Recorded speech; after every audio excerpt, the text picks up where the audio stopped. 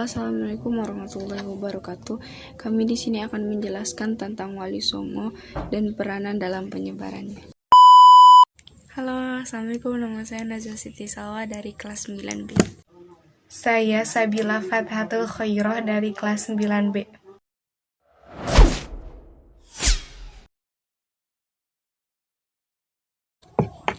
Kata Wali Songo berarti wali 9, sedangkan kata wali diambil dari kata bahasa Arab, dari kata waliullah yang berarti seseorang yang mencintai dan dicintai oleh Allah. Sedangkan Songo diambil dari kata bahasa Jawa yang berarti 9. Wali Songo di sini dipandang oleh masyarakat sebagai pemimpin para mubalik Islam di Indonesia. 1. Sunan Gresik, atau lebih dikenal dengan Maulana Malik Ibrahim. Sunan Gresik adalah wali pertama yang menyebarkan ajaran Islam di tanah Jawa. Ia juga merupakan ayah dari Sunan Ampel. Dalam berdakwah, Sunan Gresik dikenal sebagai sosok yang pemberani, bijaksana, dan tidak memaksakan ajarannya.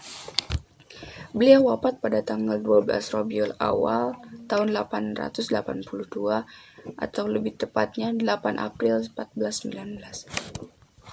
Jenazahnya dimakamkan di Gapura Wetan, Kota Gresik. Sunan Gresik dikenal juga dengan nama Maulana Maghribi serta Syekh Jumadil Kubro. Beliau dianggap sebagai orang Islam pertama yang masuk ke Pulau Jawa, sehingga kedatangannya menandai permulaan masuknya Islam di tanah Jawa. 2. Sunan Ampel. Beliau adalah putra dari Maulana Malik Ibrahim. Beliau lahir di kota Campa pada tahun 1401. Beliau termasuk salah satu tokoh Wali Songo yang berperan besar dalam perkembangan Islam di Pulau Jawa khususnya dan daerah lain di Nusantara.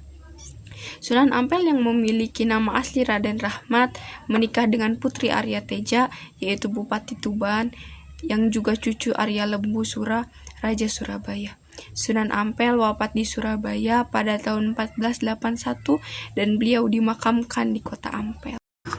Sunan Giri, nama asli beliau adalah Raden Paku dan dikenal juga dengan nama Raden Ainul Yakin. Beliau merupakan putra dari Maulana Ishak. Beliau berdakwah di daerah Giri dan sekitarnya. Selain itu, beliau banyak mengirimkan para dai kepada keluar Jawa seperti Madura, Bawean, Kangean, Ternate, dan Tidore. Sunan Giri wafat pada tahun 1506 dan dimakamkan di daerah Giri, Gresik, Jawa Timur. Sunan Bonang. Sunan Bonang lahir di Surabaya pada tahun 1465 dan wafat pada tahun 1525 di Tuban. Beliau dikenal dengan nama Raden Maulana Makdum Ibrahim. Beliau merupakan putra dari Sunan Ampel sekaligus saudara sepupu dari Sunan Kalijaga. Sunan Bonang dianggap sebagai pencipta gending pertama. Beliau berdakwah di daerah Tuba dengan menggunakan media wayang dan gamelan sesuai dengan kegemaran di daerah Jawa. Beliau juga yang mendidik Raden Fatah hingga kelak menjadi raja di kerajaan Demak. Sunan Derajat. Sunan Derajat lahir di Ampel, Surabaya pada tahun 1407 dengan nama asli Raden Qasim atau Syarifuddin. Sunan Derajat memiliki adik Sunan Bonang, putra dari Sunan Ampel. Sunan Derajat dikenal sebagai tokoh yang mengedepankan dakwah Islam melalui pendidikan budi pekerti bagi masyarakat. Ia wafat pada pertengahan abad ke-16 dan dimakamkan di daerah Sedayu, Gresik, Jawa Timur. 6. Sunan Muria. Nama asli beliau adalah Raden Umar Syahid. Beliau merupakan putra dari Sunan Kalijaga sekaligus tokoh wali termuda di antara 9 wali.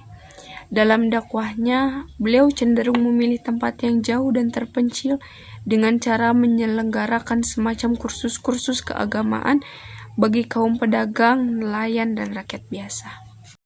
7. Sunan Kalijaga. Nama asli beliau adalah Raden Masyahid. Ayahnya adalah Raden Syahur Temenggung Wilwaktikta yang menjadi Bupati Tuban, sedangkan ibunya bernama Nawangrum.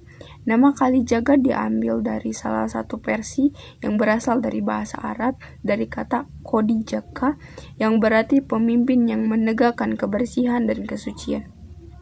Tetapi pendengaran orang Jawa adalah Kalijaga. Sunan Kalijaga dianggap sangat berjasa dalam mengembangkan seni wayang purma atau wayang kulit, serta gamelan yang dipergunakan sebagai media dakwah Islam.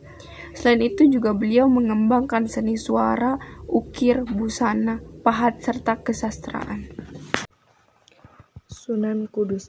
Sunan Kudus adalah putra Sunan Ngudung. Nama aslinya adalah Ja'far Shadiq dan masih memiliki kekerabatan atau silsilah dengan Nabi Muhammad SAW. Sunan Kudus berdakwah di daerah Kudus dan sekitarnya. Beliau termasuk ulama yang menguasai banyak disiplin ilmu seperti fikih, usul fikih, tafsir, dan logika.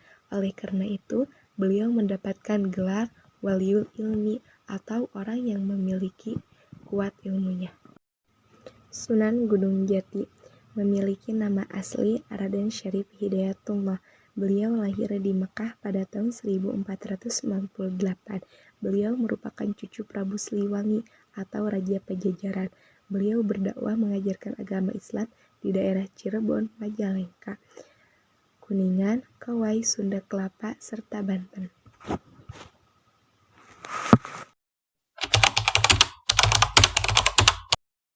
Mengapa Wali Songo sangat dihormati oleh masyarakat saat ini?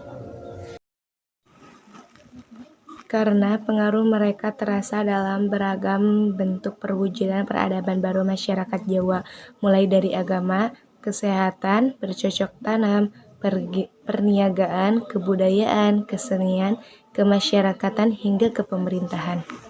Apa peran Wali Songo dalam politik kekuasaan Islam? Wali Songo menjadi inisiator terbentuknya Kesultanan Demak dan berperan aktif dalam menjalankan pemerintahan Demak. Selain anggota dari Wali Songo, apa yang dilakukan oleh Sunan Gunung Jati? Sunan Gunung Jati juga termasuk Sultan Cirebon kedua dan yang memperakasai perebutan Sunda Kalapa di Jakarta 1527 tahun dari Portugis, juga sebagai pendiri Kesultanan Islam Banten. Kesimpulannya adalah Wali Songo adalah 9 orang yang menyebarkan Islam di Nusantara, khususnya di Pulau Jawa. Mereka yang mengajarkan nilai-nilai ajaran Islam dengan damai dan secara perlahan, sehingga banyak masyarakat yang menerima ajaran Islam dengan penuh kerelaan. Dan Wali Songo juga menyebarkan Islam dengan memadukan antara paham budaya dan paham akan agama. Sekian dari kami. Assalamualaikum warahmatullahi wabarakatuh.